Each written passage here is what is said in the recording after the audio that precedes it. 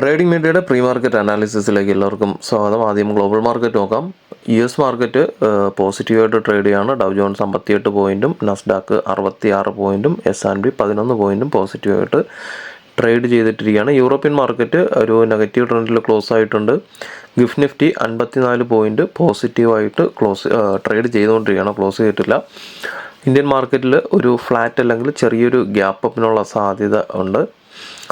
നമുക്ക് ഡേ ക്യാൻഡിലോട്ട് പോവാം.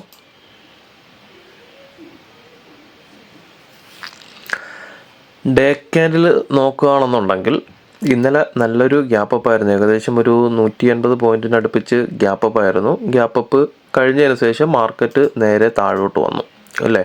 അപ്പം നല്ലൊരു ബുള്ളിഷ് ക്യാൻഡിൽ കഴിഞ്ഞതിന് ശേഷം അവിടെ ഒരു ബെയറിഷ് ക്യാൻഡിൽ ഫോം ചെയ്തിരിക്കുന്നു. അപ്പോൾ എല്ലാവരും വിചാരിക്കുന്നത് എന്താണ്, മാർക്കറ്റ് ഇവിടെ ഭയങ്കര സെല്ലിംഗ് പ്രഷറാണ്, മാർക്കറ്റ് താഴോട്ട് വന്നുകൊണ്ടിരിക്കുകയാണ്. ഇന്നലത്തെ പ്രീ മാർക്കറ്റിൽ ഞാൻ പറഞ്ഞിട്ടുണ്ടായിരുന്നു, നമുക്ക് ഇവിടെ ഒരു സോൺ ഉണ്ടായിരുന്നു. ഈ ഒരു സോണിന് ഉള്ളിലായിരുന്നു മാർക്കറ്റ് സൈഡ് വേസ് പോയിക്കൊണ്ടിരുന്നത്. എപ്പോഴാണോ ഇതിന് മുകളിലോട്ട് ഒരു ബ്രേക്കൗട്ട് കിട്ടി റീടെസ്റ്റിന് വന്നിട്ട് പിന്നെ സപ്പോർട്ട് എടുത്ത് തിരിച്ച് കയറാൻ സാധ്യതയുണ്ട്, 26,000 വരെ പോകാൻ സാധ്യതയുണ്ടെന്ന് കഴിഞ്ഞ പ്രീ മാർക്കറ്റിൽ പറഞ്ഞിട്ടുണ്ടായിരുന്നു. പക്ഷേ ഡേ ക്യാൻഡിൽ അനാലിസിസ് ചെയ്യുന്നവരെന്താ പറയുന്നത്, മാർക്കറ്റ് ഇവിടുത്തെ ഒരു സെല്ലിംഗ് പ്രഷർ, ഈ ഒരു ഏരിയയിൽ സ്ട്രോങ് സെല്ലിംഗ് പ്രഷർ ഉണ്ട്, അതുകൊണ്ടാണ് മാർക്കറ്റ് താഴോട്ട് വന്നത്, വീണ്ടും താഴോട്ട് വീഴാൻ സാധ്യത വളരെ കൂടുതലാണ്. നമുക്ക് ഇത് ഒരു ലോവർ ടൈം ഫ്രെയിമിലോട്ട് പോയി നോക്കാം. ഇതിപ്പം ഡേ ക്യാൻഡിൽ നോക്കുമ്പോഴത്തേക്കും നല്ലൊരു റെഡ് ക്യാൻഡിലാണ്, ബെയറിഷ് ക്യാൻഡിലാണ്. മാർക്കറ്റ് എന്താണ്, മാർക്കറ്റ് ബെയറിഷ് ആണ്. പക്ഷേ നമുക്ക് ഇതിൻ്റെ ഉള്ളിൽ പോയിട്ട് നമുക്ക് ഈ ഒരു ലോവർ ടൈം ഫ്രെയിമിൽ ഈ ഒരു ക്യാൻഡിൽ നോക്കാം.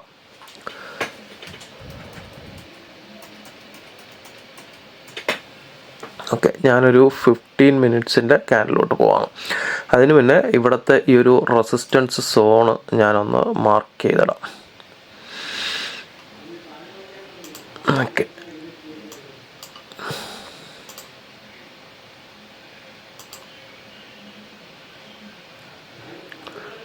മാർക്കറ്റ് ഇവിടെ വന്നപ്പോഴൊക്കെയാണ് നമുക്കൊരു സെല്ലിംഗ് പ്രഷർ വന്നിട്ടുള്ളത്. ഇവിടെ നിന്ന് 2 ക്യാൻഡിൽ സെല്ലിംഗ് പ്രഷർ വന്നു, ഈ 2 ക്യാൻഡിലും സെല്ലിംഗ് പ്രഷർ വന്നു, ഈ ഒരു സോണിൽ.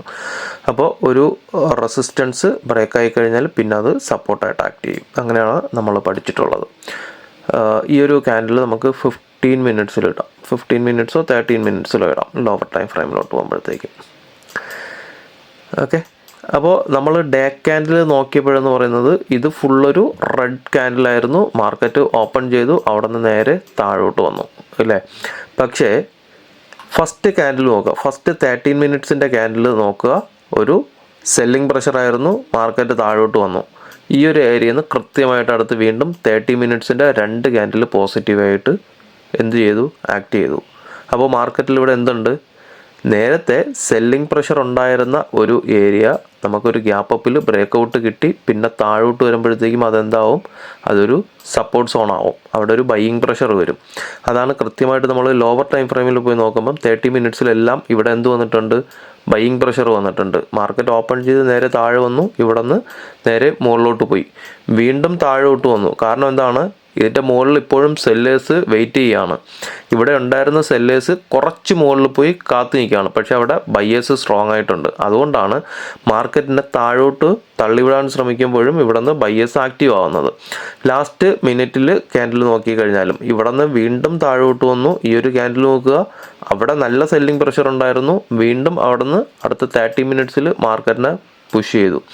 അപ്പോൾ ഇതിൽ നിന്ന് മനസ്സിലാക്കേണ്ടതെന്ന് പറയുന്നത്, നമ്മൾ ഡേ ക്യാൻഡിൽ നോക്കുമ്പോഴത്തേക്കും സ്ട്രോങ് ഒരു സെല്ലിംഗ് പ്രഷറാണ് ഇല്ലേ.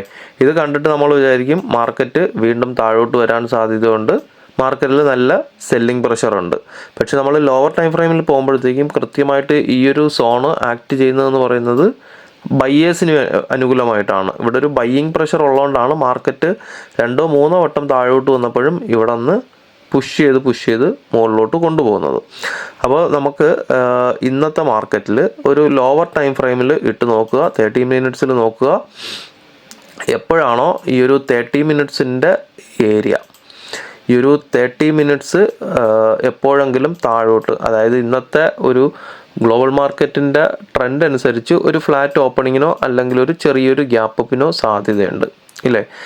മാർക്കറ്റ് ഓപ്പൺ ചെയ്തതിന് ശേഷം താഴോട്ട് വരികയാണെന്നുണ്ടെങ്കിൽ ഈ കഴിഞ്ഞ ദിവസത്തെ 15 മിനിറ്റ്സിൻ്റെയോ 30 മിനിറ്റ്സിൻ്റെയോ ക്യാൻഡിലിന് താഴോട്ട് മാർക്കറ്റ് ഒരു ഡൗൺ തന്നിട്ട് ഒരു പുൾ ബാക്ക് കിട്ടുകയാണെന്നുണ്ടെങ്കിൽ കൃത്യമായിട്ട് നോക്കുക. ആ സമയത്തുള്ള ബാക്കി ഡേറ്റ കൂടെ നോക്കുക. ഈ ഇന്നലത്തെ ഈ ഒരു ലോ താഴോട്ട് ബ്രേക്കൗട്ട് തന്നിട്ട് വീണ്ടും ഒരു പുൾ ബാക്ക് കിട്ടി ഈ ഒരു ഏരിയയിൽ നിന്ന്. കൃത്യമായിട്ട് അതൊരു ബൈയിങ് ഏരിയ ആയിരിക്കും. താഴോട്ട് സെല്ലേഴ്സ് താഴോട്ട് കൊണ്ടുവരാൻ ശ്രമിച്ചു കഴിഞ്ഞാലും ഇവിടെ ഒരു ബൈയിങ് പ്രഷർ വന്നിട്ട് ഇവിടെ നിന്ന് മാർക്കറ്റ് ഒരു റിവേഴ്സ് സിഗ്നൽ കിട്ടുകയാണെന്നുണ്ടെങ്കിൽ മാർക്കറ്റ് മിക്കവാറും 22,250 ഇന്നലെ പറഞ്ഞിട്ടുണ്ടായിരുന്ന ആ ഒരു ലെവലിലോട്ട് മാർക്കറ്റ് കയറിപ്പോകാൻ സാധ്യതയുണ്ട്. 230-250 ലെവലിലോട്ട് കയറിപ്പോകാൻ സാധ്യതയുണ്ട്. ഇനി ഒരു 15 മിനിറ്റ്സോ 30 മിനിറ്റ്സോ ടൈം ഫ്രെയിമിൽ ഈ ഒരു ഏരിയ താഴോട്ട് ബ്രേക്കൗട്ടാണ് കിട്ടുന്നതെങ്കിൽ, ബ്രേക്കൗട്ട് കിട്ടി ഒരു പുൾ ബാക്ക് തന്നിട്ടാണ് താഴോട്ട് വരുന്നതെങ്കിൽ ഈ ഒരു ഏരിയ ശ്രദ്ധിക്കുക. ഈ ഒരു സോൺ കഴിഞ്ഞ ദിവസത്തെ അതായത് വെള്ളിയാഴ്ചത്തെ ഈ ഒരു സോൺ വരേക്ക് മാർക്കറ്റ് ഇറങ്ങി വരാൻ സാധ്യതയുണ്ട്. ഈ ഒരു സോണിലല്ല, ചിലപ്പോൾ ഇവിടെ നിന്ന് താഴോട്ട് വരികയാണെന്നുണ്ടെങ്കിൽ ഏകദേശം ഈ ഒരു സോണിൽ മാർക്കറ്റ് ഒരു പുൾ ബാക്ക് കിട്ടും.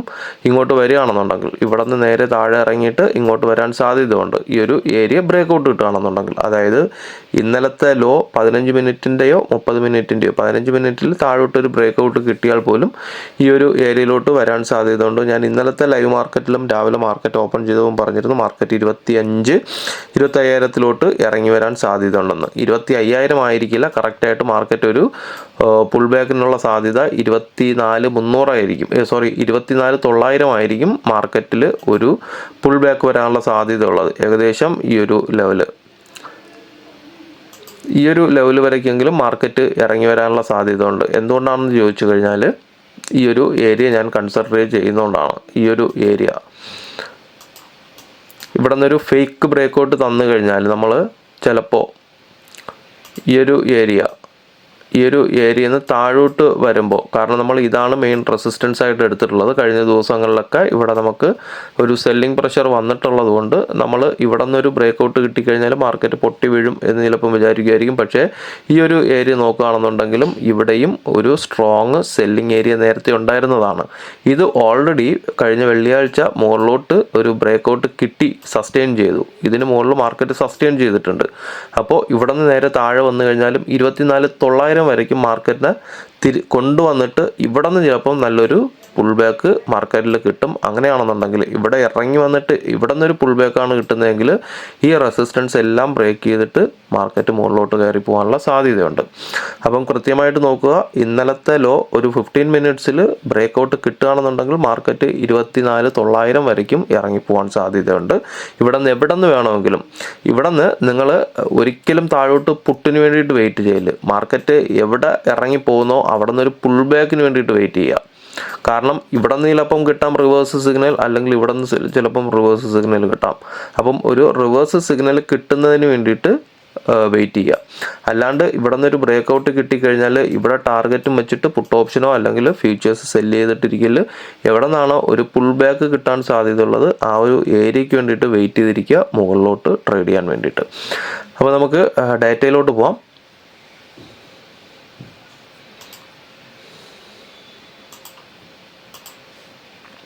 ഡേറ്റ ഇന്നലെ നോക്കുകയാണെന്നുണ്ടെങ്കിൽ സ്റ്റോക്കിൽ FIS സ്റ്റോക്കിൽ ഏകദേശം 2,000 കോടി അടുപ്പിച്ച് 1,993 കോടിക്ക് സ്റ്റോക്ക് ബൈയിങ് ആണ്.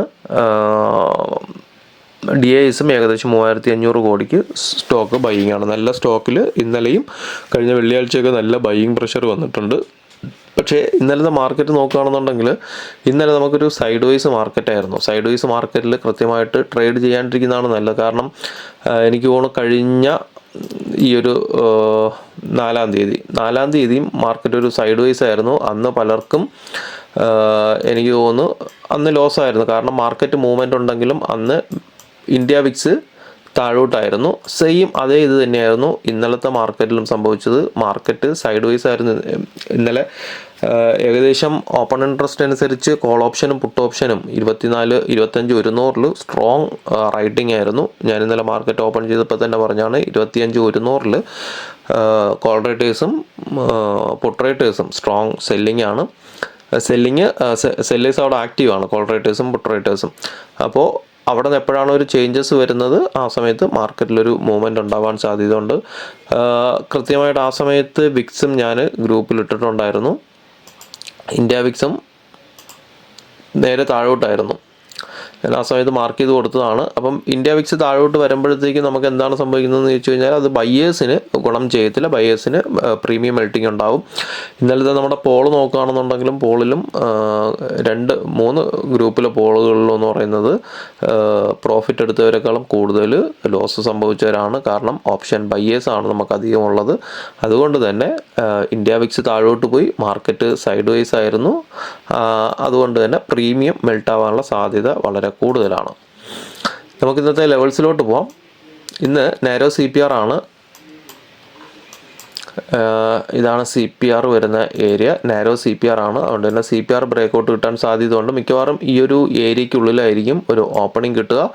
ഈ ഒരു ഏരിയയ്ക്കുള്ളിൽ ഓപ്പണിംഗ് കിട്ടിക്കഴിഞ്ഞാൽ ശ്രദ്ധിക്കുക 25,080, അതായത് ഇന്നലത്തെ ലോ, നേരത്തെ ഡേ ക്യാൻഡിൽ പറഞ്ഞ ഇന്നലത്തെ ലോ, ഇത് ബ്രേക്കൗട്ട് കിട്ടണം. പ്രോപ്പർ ബ്രേക്കൗട്ട് ആണെന്നുണ്ടെങ്കിൽ ഏതാണ് ലെവല്? 25,080, 25,057. ഈ ഒരു ഏരിയ താഴോട്ട് ബ്രേക്കൗട്ട് കിട്ടുകയാണെന്നുണ്ടെങ്കിൽ 24,995, 24,977 ഫസ്റ്റ് ടാർഗറ്റ്. സെക്കൻഡ് ടാർഗറ്റ് വന്നിട്ട് 24,907, 24,885. കൃത്യമായിട്ട് ബ്രേക്കൗട്ട് കിട്ടുകയാണെന്നുണ്ടെങ്കിൽ മാത്രമേ താഴോട്ട് എൻട്രി എടുക്കാവൂ. ഞാൻ നേരത്തെ ഡേ ക്യാൻഡിൽ പറഞ്ഞിട്ടുണ്ടായിരുന്നു ഈ ഏരിയയിലെല്ലാം ഒരു ബൈയിങ് പ്രഷർ വരാൻ സാധ്യതയുണ്ട്. അപ്പോൾ എവിടെ നിന്നാണോ ഒരു റിവേഴ്സ് സിഗ്നൽ കിട്ടുക അവിടെ ഇട്ട് മുകളിലോട്ടുള്ള എൻട്രി പിടിക്കാൻ നോക്കുക. 24,900 വരയ്ക്കും ഇറങ്ങി വരികയാണെന്നുണ്ടെങ്കിൽ ഇവിടെ നിന്ന് ഷുവറായിട്ട് ഒരു പുൾ ബാക്കിനുള്ള സാധ്യതയുണ്ട്. അതുപോലെ തന്നെ മുകളിലോട്ട് ഉള്ള ടാർഗറ്റ് എന്ന് പറയുന്നത് 25,106, 64, 25,149 ആണ്. മുകളിലോട്ട് ബ്രേക്കൗട്ട് കിട്ടുകയാണെന്നുണ്ടെങ്കിൽ 25,224, 25,246. അപ്പോൾ നിഫ്റ്റിയിൽ ഇത്രയേ ഉള്ളൂ. ബാക്കി ലൈവ് മാർക്കറ്റിലുള്ള അപ്ഡേഷൻസ് നമ്മുടെ വാട്സപ്പ് ഗ്രൂപ്പിൽ തരാം. ഗ്രൂപ്പിൻ്റെ ലിങ്ക് താഴെ കൊടുക്കുന്നുണ്ട്, താല്പര്യമുള്ളവർ ജോയിൻ ചെയ്യുക. ഫയേഴ്സിൻ്റെ അക്കൗണ്ട് തുടങ്ങി നമ്മുടെ ഫയേഴ്സിൻ്റെ കമ്മ്യൂണിറ്റിയിൽ, വാട്സപ്പ് കമ്മ്യൂണിറ്റിയിൽ ജോയിൻ ചെയ്യാൻ താല്പര്യമുള്ളവർ താഴെ ഫയേഴ്സിൻ്റെ ലിങ്ക് കൊടുത്തിട്ടുണ്ട്. ആ ലിങ്ക് വഴി അക്കൗണ്ട് ഓപ്പൺ ചെയ്തതിന് ശേഷം എനിക്ക് പേഴ്സണൽ മെസ്സേജ് അയയ്ക്കുക. നിങ്ങളുടെ ID നമ്പറുമായിട്ട് ഞാൻ ഗ്രൂപ്പിൽ ആഡ് ചെയ്യുന്നതായിരിക്കും. അപ്പോൾ എല്ലാവർക്കും നല്ലൊരു ട്രേഡിംഗ് ദിനം ആശംസിക്കുന്നു. Thank you.